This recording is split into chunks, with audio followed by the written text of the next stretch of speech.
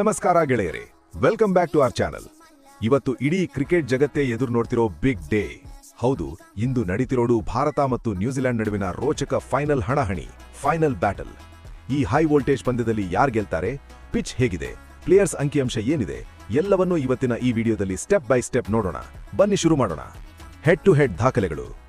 ಮೊದಲಿಗೆ ಈ ಎರಡು ತಂಡಗಳ ಇತಿಹಾಸ ನೋಡೋದಾದ್ರೆ, ಭಾರತ ಮತ್ತು ನ್ಯೂಜಿಲೆಂಡ್ ಐಸಿಸಿ ಟೂರ್ನಮೆಂಟ್ಗಳಲ್ಲಿ ಮುಖಾಮುಖಿಯಾದಾಗೆಲ್ಲ ಒಂದು ಜಬರ್ದಸ್ತ್ ಫೈಟ್ ಇದ್ದೇ ಇರುತ್ತೆ.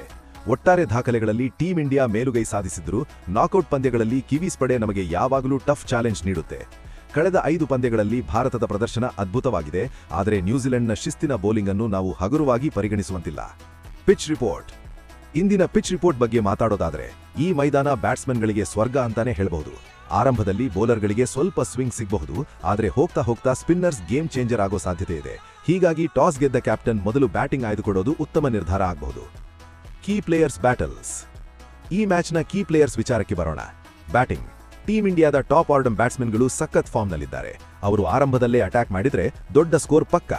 ಅತ್ತ ನ್ಯೂಜಿಲೆಂಡ್ನ ಬ್ಯಾಟಿಂಗ್ ಲೈನಪ್ ಕೂಡ ಸ್ಟ್ರಾಂಗ್ ಆಗಿದ್ದು, ಅವರ ಮಿಡ್ಲ್ ಆರ್ಡರ್ ಅನ್ನು ಕಟ್ಟಿ ಹಾಕೋದು ನಮ್ಮ ಬೌಲರ್ಗಳಿಗೆ ಚಾಲೆಂಜ್.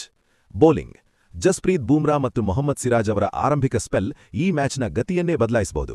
ನ್ಯೂಜಿಲೆಂಡ್ನ ಟ್ರೆಂಟ್ ಬೋಲ್ಟ್ ಸ್ವಿಂಗ್ ಬಗ್ಗೆ ನಮ್ಮ ಬ್ಯಾಟ್ಸ್ಮನ್ಗಳು ಎಚ್ಚರ ವಹಿಸಬೇಕಿದೆ.